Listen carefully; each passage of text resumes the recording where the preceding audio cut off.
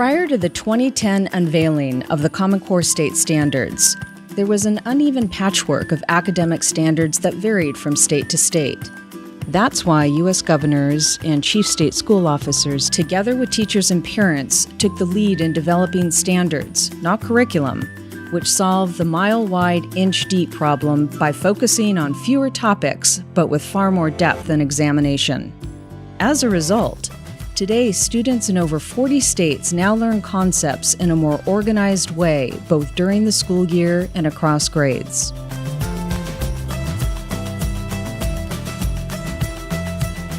We have great unevenness in schools and in what we accept as quality in this country. And that unevenness in quality reproduces patterns of inequality in our society, because it tends to be that the poor kids are getting the inferior education. And that undermines this country's well-being and undermines our future. I think that there's a lot of misinformation floating around out there about Common Core and about the implementation of the Common Core standards. So many people believe that the Common Core curriculum requires every single state and local entity to teach exactly the same curriculum, when in fact there are broad guidelines, and within those guidelines, teachers and local authorities are permitted to develop their own curriculum that they think is going to fit their student body best. There's been broad participation by people around the country, teachers, PTAs, state and local authorities, etc.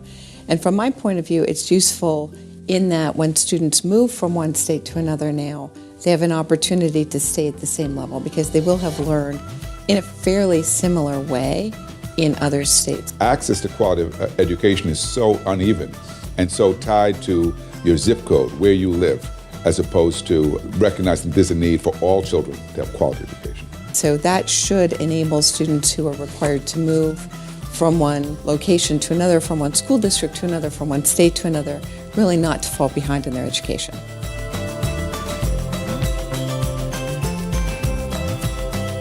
The traditional student is no longer the traditional student. The age 18 to 24, living on campus, attending school full-time is now less than 25% of higher education. So we have to think about, what do these non-traditional students mean? Adults that have families and are working at least part-time and maybe full-time, not on campus. So I think more online options are important for those individuals. But ultimately, I think the university has to change to reflect more what's needed in the workplace rather than what faculty desire to teach, and create stronger connections with the business community. Our economy is dependent on the success of business, which is dependent on quality of educated people.